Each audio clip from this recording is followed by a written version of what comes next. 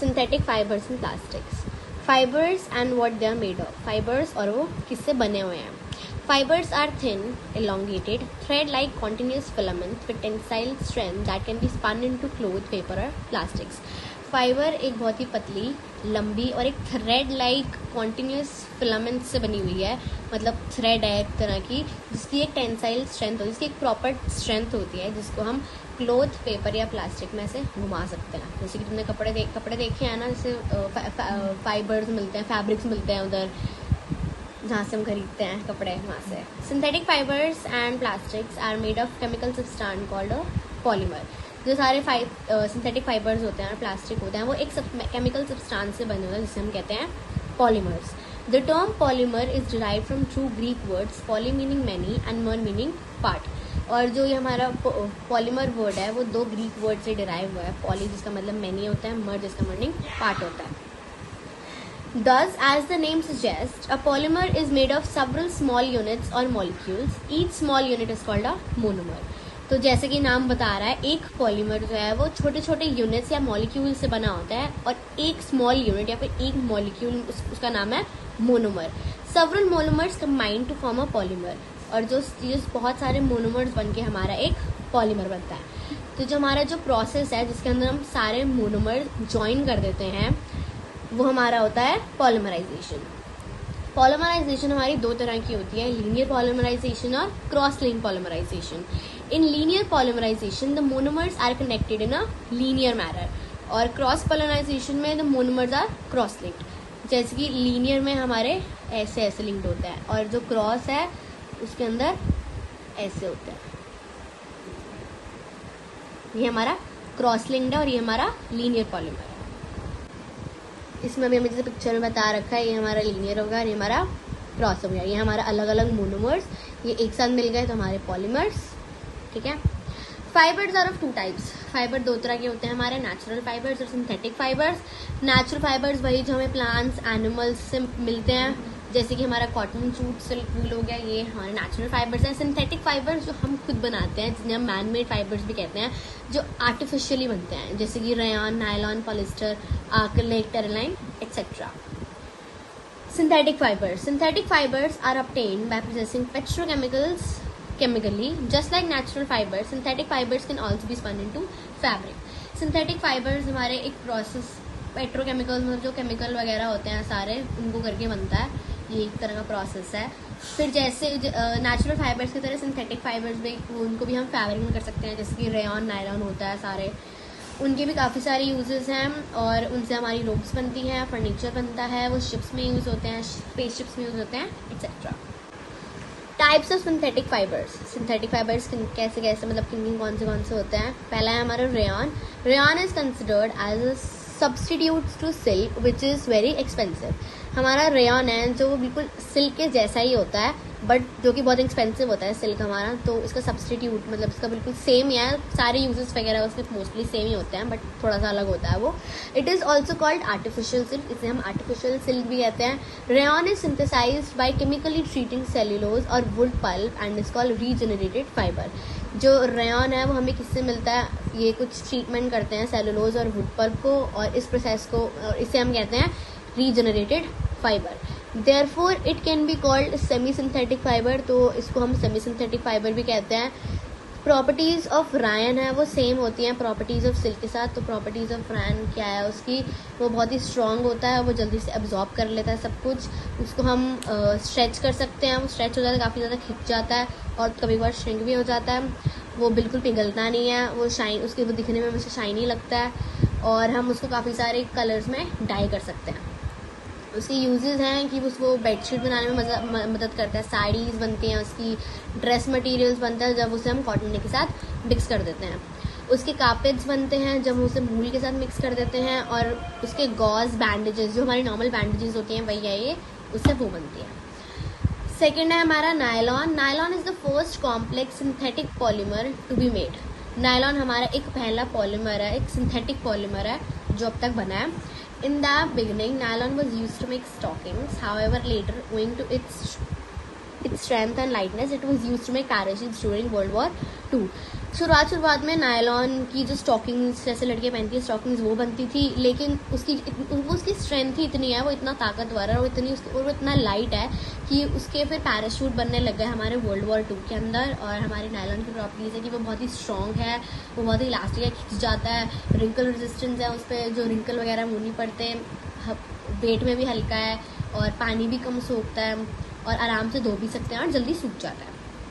इसके यूजेस हैं अभी क्योंकि उसकी स्ट्रेंथ और वो बहुत ही हल्का और वो बहुत ही स्ट्रॉन्ग है, तो उसके हम पैराशूट्स बनते हैं, वो जल्दी वो कम वाटर सोखता है, तो उसकी जो स्विमिंग में जो कैप्स वगैरह और जो निक्कर वगैरह लड़के पहनते हैं वो, और जो लड़कियां पहनती हैं, मतलब सारा जो स्विम वेयर का होता है वो, उससे रोप्स बनती हैं, टेंट्स बनते हैं, टूथब्रश एक्सेट्रा, साड़ीज़ में और ड्रेस मटेरियल में भी उसका काम आता है। Acrylic, just like rayon resembles silk, acrylic resembles wool। जैसे कि सेम जो rayon और silk सेम है, वैसे ही acrylic और wool। It is a cheap alternative to wool। ये एक थोड़ा सस्ता काम है wool से, क्योंकि wool थोड़ी सी महंगी होती है और ये थोड़ा सस्ता पड़ जाता है। The properties of acrylic are similar to the properties of wool। इसकी भी प्रॉपर्टीज़ जो acrylic की होती हैं वो wool से सेम है। तो acrylic की प्रॉपर्टीज़ हैं, it is light in weight and strong, वो हल्का है और स्ट्रॉन्ग भी है, वो सॉफ्ट है और गर्म भी है, रिंकल और श्रिंकेज रेजिस्टेंट है, मतलब जब धोगे तो कम भी नहीं होएगा और ना इस पर रिंकल भी नहीं पड़ते, जल्दी सूख जाता है क्योंकि वो कम पानी एब्जॉर्ब करता है, कम पानी सोखता है, और it is resistant to chemicals and moths. और मतलब कोई केमिकल वगैरह उसके ऊपर यूज़ करोगे तो वो कपड़ा टस से मस नहीं होएगा, वही रहेगा। It can be died in various colours, और इसको हम डाई भी कर सकते हैं अलग अलग कलर्स में। Uses to make sweaters, blankets and track suits. इसके स्वेटर, ब्लैंकेट और ट्रैक सूट्स वगैरह जो तुम स्कूल में पहनते हो वो बनते हैं, और बूट की लाइनिंग और ग्लव्स बनते हैं। To make contact lenses and dentures, contact lenses जो तुम्हारे नंबर वाले लेंसेज आँख में पहनते हो वो बनते हैं, और डेंट्योर्स हमारा अडल्टली फिक्स्ड और artificially replaces the missing teeth. अगर तुम्हारा एक दांत मतलब खो जाए, वो टूट जाता है तो उसको आर्टिफिशियल चेंज करते हैं, तो उसमें भी इसका यूज़ होता है। बुलेट प्रूफ ग्लासेस बनते हैं इसके, मतलब इसमें गोली ना लगे वो वाले।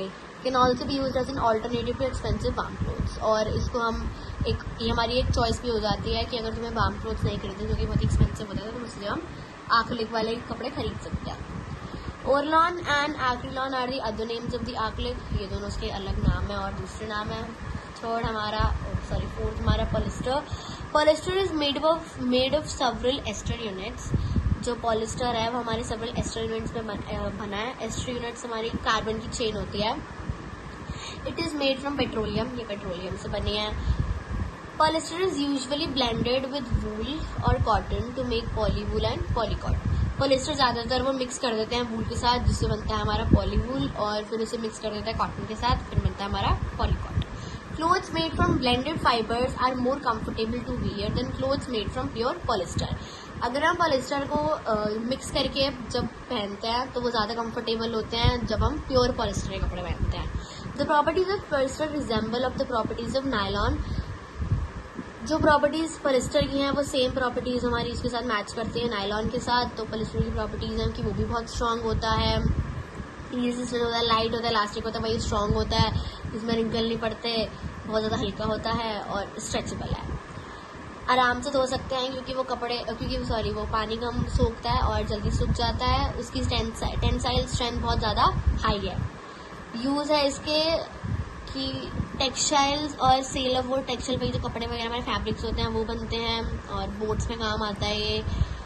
To make PET, polyethylene terephthalate, a form of polyester, bottles, utensils etcetera. ये कोई फॉर्म होती है पॉलिस्टर की, बॉटल्स और यूटेंसिल्स में काम आता है इसका। To make low water absorbent clothes, specially common in the countries like Sweden where the weather is wet. तो ये कम पानी अब्जॉर्ब करता है तो इसको उसके कपड़ों में बनाने में मदद करती हैं। स्वीडन एक कंट्री है जहाँ पर बहुत ज़्यादा वेदर पानी रहता है, वहाँ पर ज़्यादा बारिश आती होगी, तो वहाँ पर ज़्यादा लोग पॉलिस्टर के कपड़े पहनते हैं। Polyester fibres are of different types such as terylene और डैक्रॉन। तो इसकी पे अलग अलग टाइप्स होते हैं जैसे कि हमारे टेरलाइन और डैक्रॉन। उसके बाद है हमारा spandex. Spandex is a synthetic fibre which is known for its unique elasticity. Spandex हमारा एक अलग सिंथेटिक फाइबर है जो कि बहुत ज़्यादा इलास्टिक है, मतलब बहुत ज़्यादा स्ट्रेचेबल है वो। इट इज़ अ को polymer of polyester and polyurethane. Copolymer मतलब कि जिसमें दो और अलग अलग मोनोमर्स मिलके बनता है। तो जो हमारा स्पैंडेक्स है वो यही है, वो पॉलिस्टर और पॉलीयुरेथेन को मिलके बना है। It was invented in 1958 by Joseph Shivers. 1958 में इन्वेंट किया गया था, जोसेफ शिवर्स ने करा था। It was a revolution in itself, ये एक अलग ही रेवोल्यूशन था, एक अलग ही चेंज आया था। It is also famously known as Lycra, उसे लाइक्रा भी बोलते हैं। The production of spandex involves 4 steps: melt, extrusion, reaction spinning, solution dry spinning and solution wet spinning. इसके 4 स्टेप है जो मतलब इससे प्रोड्यूस होता है। Due to its highly elastic nature, it is use to make garments that are skin tight. क्योंकि इतना ज़्यादा इलास्टिक है, इतना ज़्यादा स्ट्रेचेबल है कि इसको हम गारमेंट्स बनाते हैं, क्योंकि जो कि बिल्कुल स्किन टाइट बिल्कुल चिपके होते हैं स्किन से। जैसे कि spandex can be use to make swimming costumes के लिए बनता है, या फिर वो स्पैंडेक्स की कैप होती है। अगर तुम स्विमिंग जाते हो तो तुम्हें कैप पहननी पड़ती है, वो बिल्कुल बहुत ज़्यादा इलास्टिक होती है, वो भी हमारी इसी बनी होती है। लेगिंग्स जो लड़कियाँ पहनती हैं वो बहुत ज़्यादा स्ट्रेचेबल होती है, बिल्कुल साथ चिपक जाती है। रेसलर्स की क्लोथिंग और शॉर्ट्स वोन बाय साइकिलिस्ट और जिमनास्ट, और जो जिमनास्टिक साइकिलिंग करते हैं उनकी जो शॉर्ट्स है वो भी बिल्कुल स्किन टाइट होती है, वो भी स्पैंडेक्स बनती है। Spandex when stretch can retain its original shape and dries faster than other fabrics. Spandex को अगर तुम इसको खींचोगे, इसको स्ट्रेच करोगे तो वो वापस से अपनी ओरिजिनल शेप पे वापस अपनी शेप पे आ जाएगी, और वो और फैब्रिक से जल्दी सूख जाती है। हाँ, ये हमारी एक्टिविटी है कि हमें tensile strength, natural fibre, synthetic fibre की कैसे करेंगे। तो हम यहाँ पर ऐसे सेम रॉड लगाएंगे, जैसे हमारे पिक्चर में दे रखा है। तो यहाँ पर हम एक नेचुरल फाइबर और एक सिंथेटिक फाइबर को लगाकर देख लेंगे। और यहाँ पर जैसे कि हमारे कोई भी तुम स्टोन लगा दो, या फिर कोई लोहे का कुछ भी लगा दो, तो जितना तुम वेट आगे बढ़ाते जाओगे, जितनी जैसे ये नीचे आता जाएगा, मतलब जैसे बिल्कुल टूट जाएगा ना, मतलब जितना भारी वेट लगा दिया और वो टूट गया, तो ये इसकी टेंसाइल स्ट्रेंथ हो जाएगी। तो ये नेचुरल फाइबर के साथ भी कर सकते हैं और सिंथेटिक फाइबर्स के साथ भी। Advantages of synthetic fibres. Synthetic fibres are widely used due to their advantage over natural fibres. Some advantages synthetic fibres are, synthetic fibres है वो ज़्यादातर लोग यूज़ करते हैं नेचुरल फाइबर्स से, क्योंकि इसके एडवांटेज ज़्यादा होते हैं। एक तो वो सस्ता होता है, लेस एक्सपेंसिव, मोर ड्यूरेबल, मतलब वो सहन ज़्यादा कर लेते हैं कोई भी चीज़। स्ट्रॉन्ग होते हैं, स्ट्रेचेबल होते हैं, कोई कीड़े वगैरह नहीं लगते उन पर, और काफ़ी ज़्यादा जो वाटर रेजिस्टेंट होते हैं, मतलब कम पानी अब्जॉर्ब करते हैं, रिंकल रेजिस्टेंट होते हैं, और उसको आराम से हम धो भी सकते हैं। डिसएडवांटेजेस ऑफ सिंथेटिक फाइबर्स, इनके डिसएडवांटेजेस क्या हैं।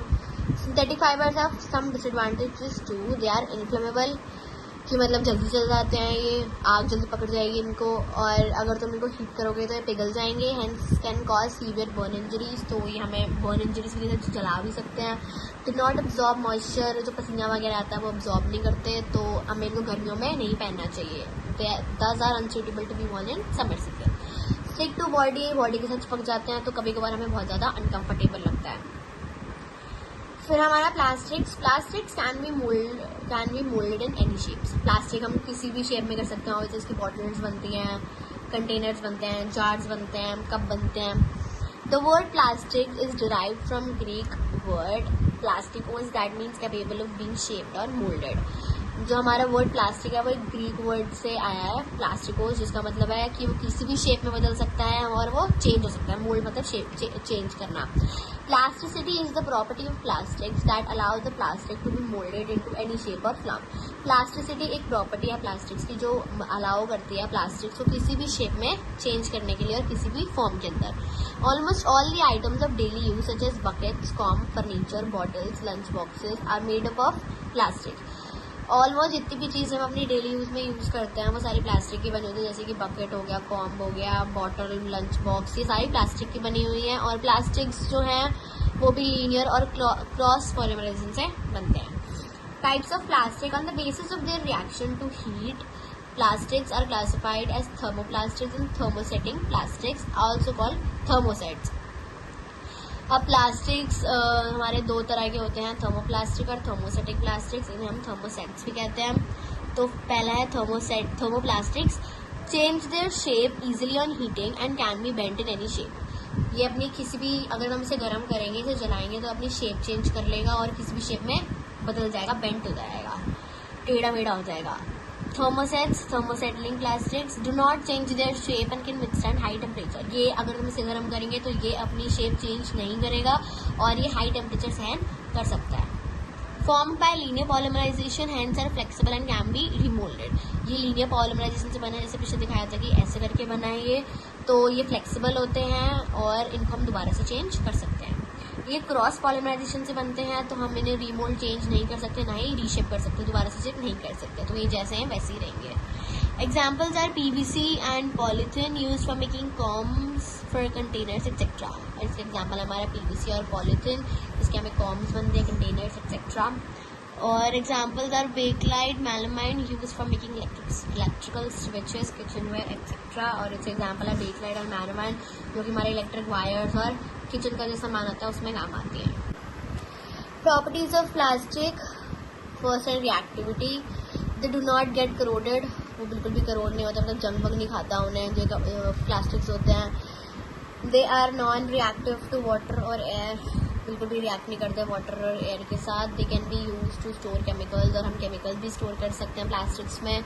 They are resistance to bacterial action, तो कोई बैक्टीरिया वगैरह भी आए तो वो उसमें सहन कर लेते हैं। लाइट एंड ड्यूरेबल, वेट में बहुत ज़्यादा लाइट होते हैं, वो हल्के होते हैं और आराम से स्टोर भी कर सकते हैं, मैंने सस्ते भी होते हैं। And they are use industries and even in household, हम इन्हें इंडस्ट्रीज वगैरह जो फैक्ट्रीज वगैरह होती हैं उनके अंदर यूज़ कर सकते हैं, अपने घरों में भी।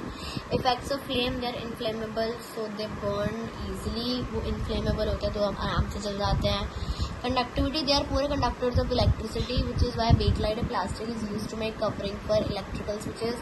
वो इलेक्ट्रिसिटी के पुअर कंडक्टर्स होते हैं, इसलिए जो बेकलाइट जो एक प्लास्टिक है वो हमारी इलेक्ट्रिकल जो स्विचेस होती हैं उसकी कवरिंग में होता है। They are poor conductors of heat, hence they are also use to make handles of cookware like frying pans. वो हीट के भी पुअर कंडक्टर्स होते हैं, तो जो तुम कढ़ाई वगैरह होती है उनके हैंडल्स जो फ्राइंग पैन होते हैं वहाँ पर भी वो यूज़ होते हैं। Uses of plastic, we know that present era is the plastic era where we use almost all materials made of plastic। हमें पता है कि आज का जो हमारा जो टाइम है सब प्लास्टिक यूज़ करते हैं ज़्यादातर, तो बहुत सारे मटेरियल्स जो हमारे प्लास्टिक से बने हैं ये प्लास्टिक हैं और ये टाइप ऑफ प्लास्टिक है और इनके यूजेज हैं। Impact of plastic on environment, हमारे एनवायरनमेंट में प्लास्टिक का क्या इफेक्ट है। Plastics are commonly used these days, but plastics are non-biodegradable. That is, they take hundreds of years to decompose. जो प्लास्टिक है वो आजकल बहुत सारे लोग यूज़ करते हैं, तो प्लास्टिक जो है हमारे नॉन बायोडिग्रेडेबल हैं, उनको बहुत सारा टाइम लग जाता है डिकम्पोज होने में। This possesses a serious threat to our environment. A single plastic bag thrown on the road will stay there for years and years. Microorganisms cannot decompose plastic. तो जो प्लास्टिक है वो एक बहुत ही सीरियस थ्रेट है हमारे एनवायरनमेंट पे। एक प्लास्टिक बैग अगर तुम रोड पर फेंकोगे तो वो बहुत सालों तक वहीं पे पड़ा रहेगा, कोई उठाएगा भी नहीं। Micro organisms can not decompose plastic, जो माइक्रो ऑर्गेनिजम्स हैं वो प्लास्टिक को डिकम्पोज बिल्कुल भी नहीं कर सकते। When burn plastics release harmful gases into the environment, और जब हम प्लास्टिक को जलाते हैं तो प्लास्टिक बहुत ही हार्मफुल गैसेस एनवायरनमेंट में प्रोड्यूस करती है, जो कि जिससे हमारा पोल्यूशन होता है। Proper and effective methods of their disposal should be adopted to keep the environment safe and healthy. हमें अच्छे मेथड्स लेने चाहिए कि हमें इनको कैसे डिस्पोज करना है, जो कि हमें अडॉप्ट करना चाहिए ताकि हमारा एनवायरनमेंट है वो सेफ और हेल्दी रहे। और एनिमल्स अगर ये वाला प्लास्टिक कंज्यूम कर लेते हैं, खा लेते हैं, तो वो मर सकते हैं डेथ होकर, तो मर जाएंगे, उनके गले में अटक जाता है। Storing food products in plastic bags में कंटामिनेट द फूड, अगर तुम खाना प्लास्टिक बैग्स में रखोगे तो उससे फूड हमारा ख़राब हो जाता है। कंजम्पशन ऑफ दिस फूड में result in health problems when consumed. Plastic bags वाला अगर तुम खाना खाओगे तो उस समय हेल्थ प्रॉब्लम हो जाती है। And conservation action against plastics. Over the past few years, people are being educated on the impact of plastic on the environment. बहुत सालों से हम लोगों को सब सिखा रहे हैं, उनको पढ़ा रहे हैं कि भाई प्लास्टिक प्लास्टिक बहुत ही हार्मफुल है हमारे एनवायरनमेंट के लिए, हमें वो यूज़ नहीं करना चाहिए। तो कुछ एक्शंस हैं जो हमारे एनवायरमेंटल कंजर्वेशन ने लिए हैं, एनवायरमेंटल कंजर्वेशन के लिए लिए हैं। Limiting the use of plastic bags and promoting the use of jute cloth और paper bags to carry things. कि प्लास्टिक बैग्स कम यूज़ करें और जो जूट क्लोथ और पेपर बैग जिसमें तुम्हारा सारा सामान तुम लेकर जा सको वो यूज़ करो rather than plastic bags. वैसे भी प्लास्टिक बैग्स अब मोस्टली बैन ही है. Separating non-biodegradable and biodegradable waste so that plastic does not disposed in the drain or on the land. Biodegradable और non-biodegradable जो waste है सारा वो अलग अलग रखें ताकि जो प्लास्टिक है वो ऐसे रोडों पे या फिर कोई जहाँ पर बहुत सारा कूड़ा इकट्ठा होता है वहाँ पर ना चले जाए, क्योंकि वहाँ पर सब कुछ इकट्ठा होता है वहाँ पर वो सब कुछ जला देते हैं एक साथ, तो फ़ायदा नहीं है प्लास्टिक को जल जाए. तो Following the 3R principle to dispose plastic waste, reduce, reuse और recycle. Not throwing the plastic litter on the roads. Plastic का जो सारा लिटर है, जो सारा गंद वगैरह है वो सारा रोड्स पे ना फेंके. In India, many state governments have completely banned the use of plastic bags. India में गवर्नमेंट ने बिल्कुल बैन कर दिया प्लास्टिक बैग्स यूज़ करना. Many retail outlets have now put a charge on plastic bags to discourage their use. और जो मतलब सारी शॉप्स वगैरह जो तुम सारा सामान वगैरह खरीदते हो उन्होंने प्लास्टिक बैग्स के ऊपर चार्ज करना शुरू कर दिया कि पैसे देके खरीदना पड़ता है plastic bags. It is always better to carry your own bag. हमें हमेशा अपना खुद का बैग यूज़ करना चाहिए. The municipal corporation keeps 2 kinds of bin, namely green bin और ब्लू बिन. तो जो हमारा म्यूनिसिपल कॉर्पोरेशन है उन्होंने 2 बिन रखे हुए हैं हमारे, ब्लू बिन और ग्रीन बिन. हमारे ब्लू बिन के अंदर नॉन बायोडिग्रेडेबल होता है और ग्रीन के अंदर बायोडिग्रेडेबल वेस्ट होता है. These beans collect recyclable garbage. What kind of garbage should be thrown in these beans. तो हमारे इस बिन के अंदर हमारे रिसाइकेबल गार्बेज जो कि हम दोबारा से यूज़ कर सकते हैं वो होता है.